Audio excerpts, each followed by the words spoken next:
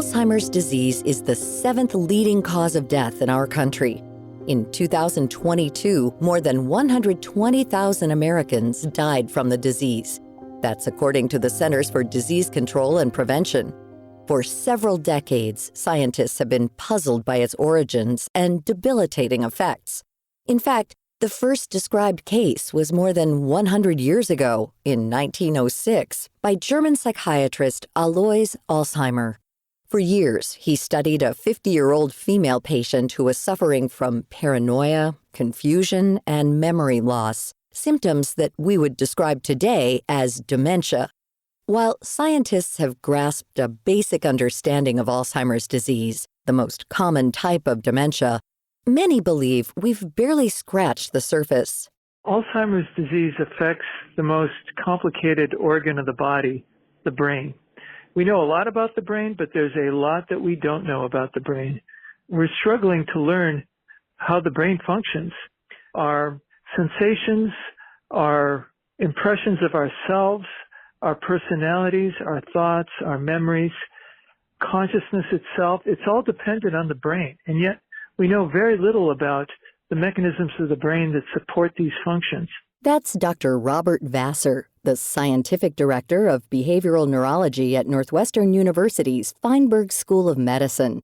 He's also the director of the university's Alzheimer's Disease Research Center within the Mesolem Center for Cognitive Neurology and Alzheimer's Disease. Vassar believes there have been a lot of failures in clinical trials because scientists were treating at the wrong stage of the disease. Once symptoms take over, memory symptoms in dementia, there is a substantial amount of damage to the brain, loss of neurons, and brain atrophy, particularly in regions of the brain that are important for memory, like the hippocampus.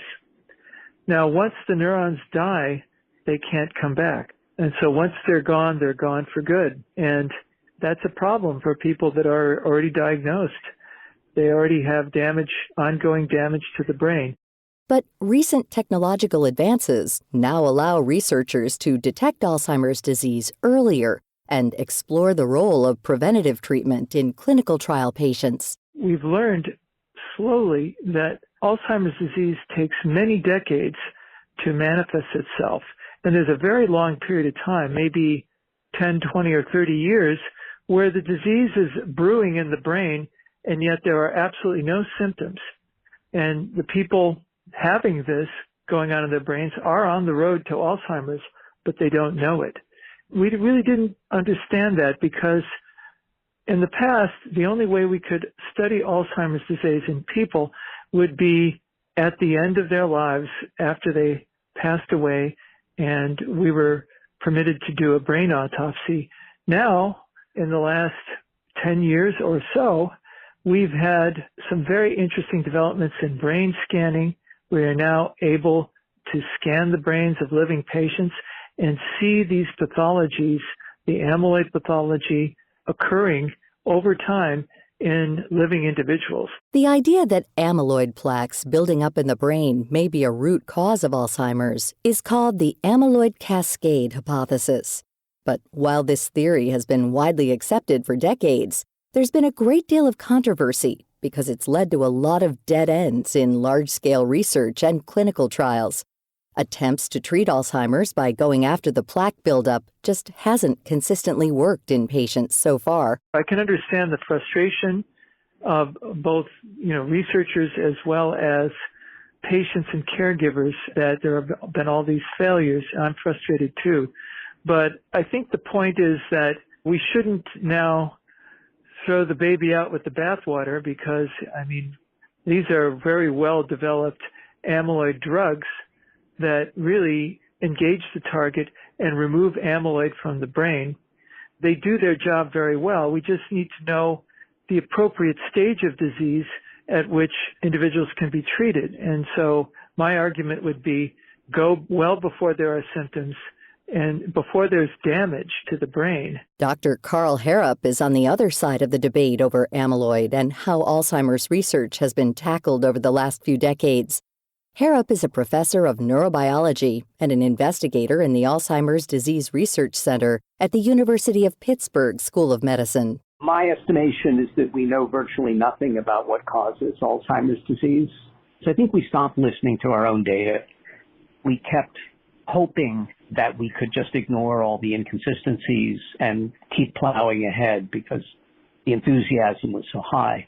But if we really look at the data, we have yet to create a mouse that gets anything resembling human Alzheimer's disease. And that's a big problem for us because it cuts the knees out from under any experimental attempt to try and find a treatment, a therapy, a cure. Harrop argues that another problem in the field is the expanded definition of Alzheimer's. He says the requirement that there must be amyloid deposits in the brain is throwing scientists off. Instead, there needs to be a bigger push to investigate other potential causes for the disease. I quote an advisor on one of our external advisory boards who simply said quite flatly that if you aren't studying amyloid, you aren't studying Alzheimer's. And not only is that wrong on its face, it is symptomatic of a psychology that requires not only that you promote the use of anti-amyloid therapies, but that you actively suppress investigation into other potential causes of the disease.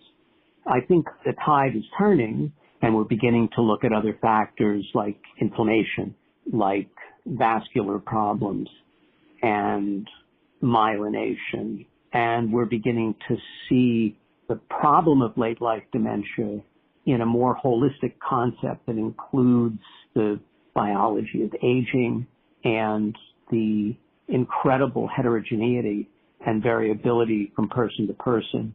Vassar says it's fair to target other theories and try varying treatments based on different stages of the disease.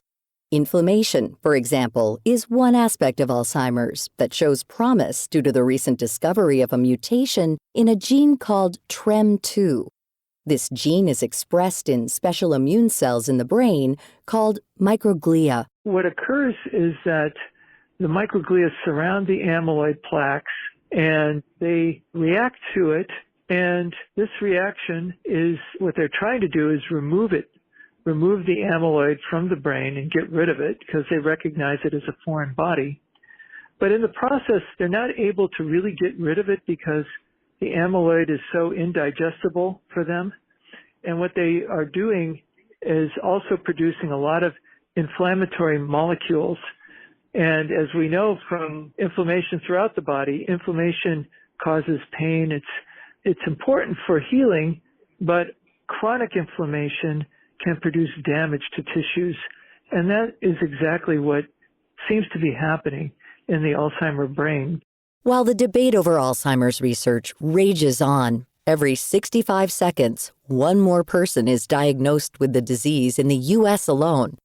Right now, an estimated 6.7 million Americans are living with Alzheimer's, and this number is set to double over the next few decades as the population skews older.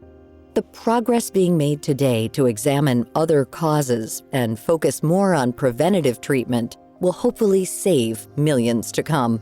To learn more about Alzheimer's disease and research, as well as our guests, Dr. Robert Vassar and Dr. Carl Harrop, head to viewpointsradio.org. For more behind the scenes, search Viewpoints Radio on Instagram, X, and Facebook.